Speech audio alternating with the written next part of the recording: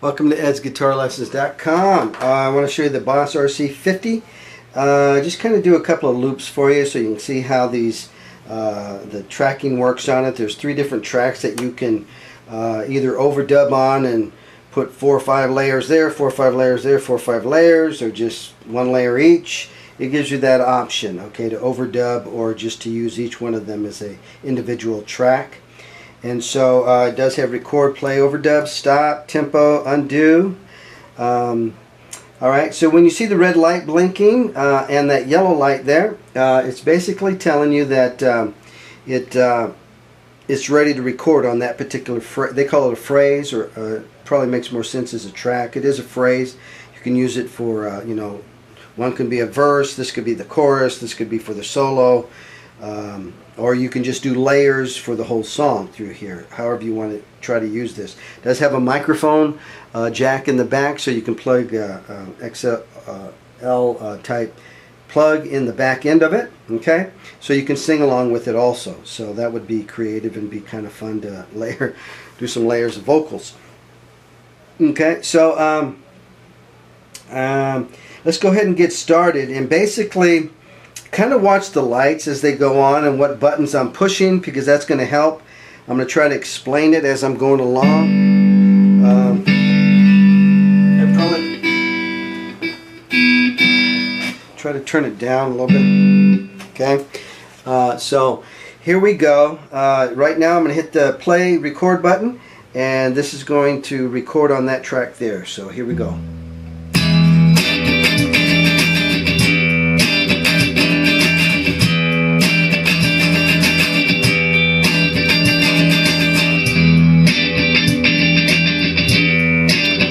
Free.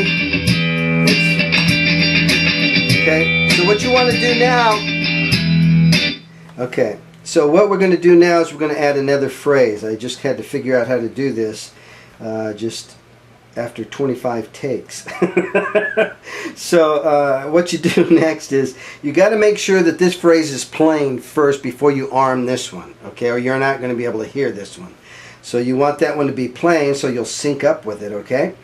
So if I hit play here, this is going to play. It's going to turn green, and it's just playing. It's not recording. It's just playing, okay? Because it's green. This one, oh shoot, I just blew it. Okay, no, I didn't. So I'll hit this play. So this is playing. I'm going to record here. I touch that. Boom. Now I'm going to hit. It's armed for recording, and when I press on it with my foot, it will start recording.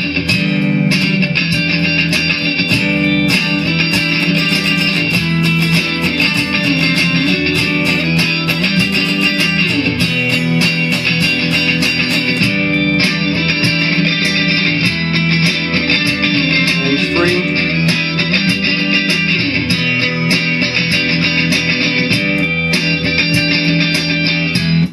Okay, so I got 2 tracks now, and I can turn them one on at a time or all of them on at a time.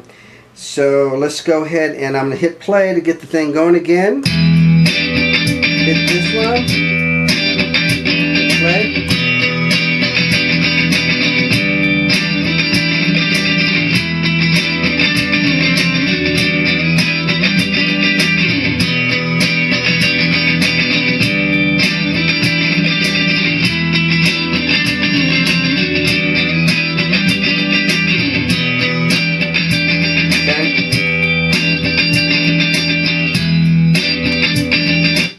If you notice, I haven't figured it out yet, but you have to have one of these. You can only shut them off one at a time. I'm not sure what the purpose of that is. There must be a way to clear them all. Probably just, I don't know yet. So I don't want to tell you anything that might lead you astray. So what I'm going to do here is now throw a little solo down here on this 3rd phase once I get it going. And that way you can see all 3 tracks working at once, okay? And then we can say we did a complete job here. Okay, so here we go. We're going to play that track, this track,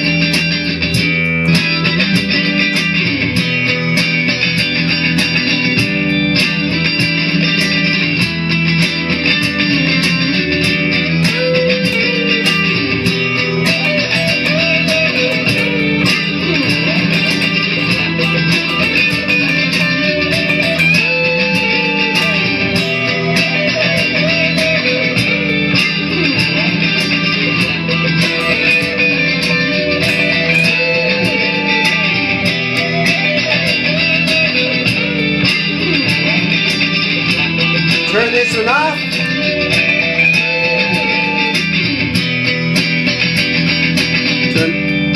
Turn this one off. Back to that. You can turn this one on, I'm sure, by going like this.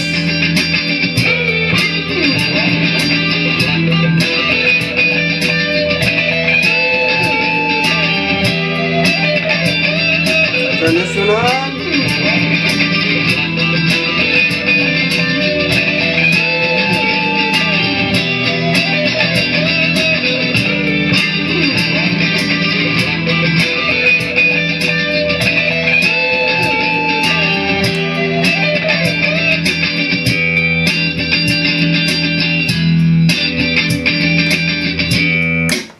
There you have it. You can see you can get kind of creative with it on what you turn on when. You can use it for choruses, for verses, for your soloing. One thing I failed to mention was that however long you make the first track, that's how long the loop is. Okay, so it sets the tone for the rest of it. So the longer you make the first track, you can, you know, do a 12-bar blues if you wanted, and then stop after the 12th bar, and it's going to play the whole 12 bars for you. Then you can lay down your layers however you want to do it.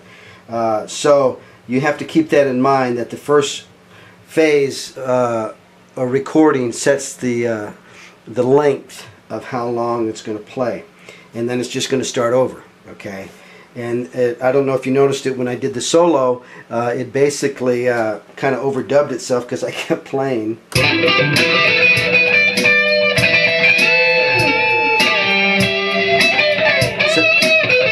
So it sounded like two guitars actually, because I just kept on playing. So that would be a cool effect, where you can play either over top of yourself in fifths, or however creative you want to be with that.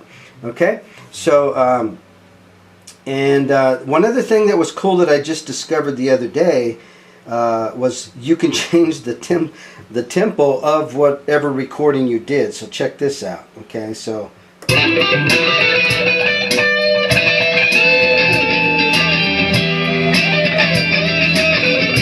Gotta hit tempo. It's at 99.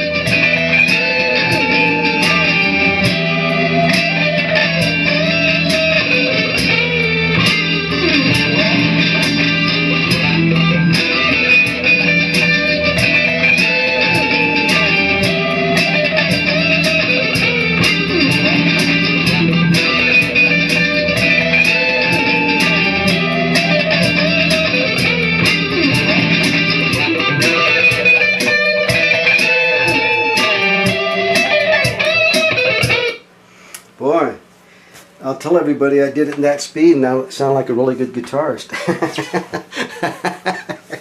So I thought it was interesting that you can actually speed up the entire thing, and I imagine that would go with the vocals too. And it kept the key, so it's not just like a tape. So it's a kind of professional that way. So I would imagine if you were singing in it, it would keep the key.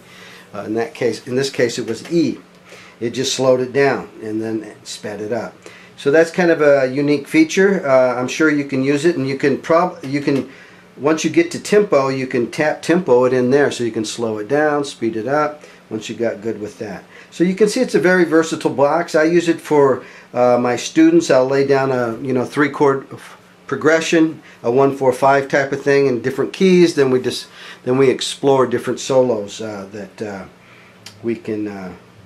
Different types of scales that we can use over different keys, and whether we're using minor pentatonic types scales or minor scales and or modes, and explore those types of thoughts. And it's really helpful for me that way. So it's because we can do it on the fly, depending on what student I have that day.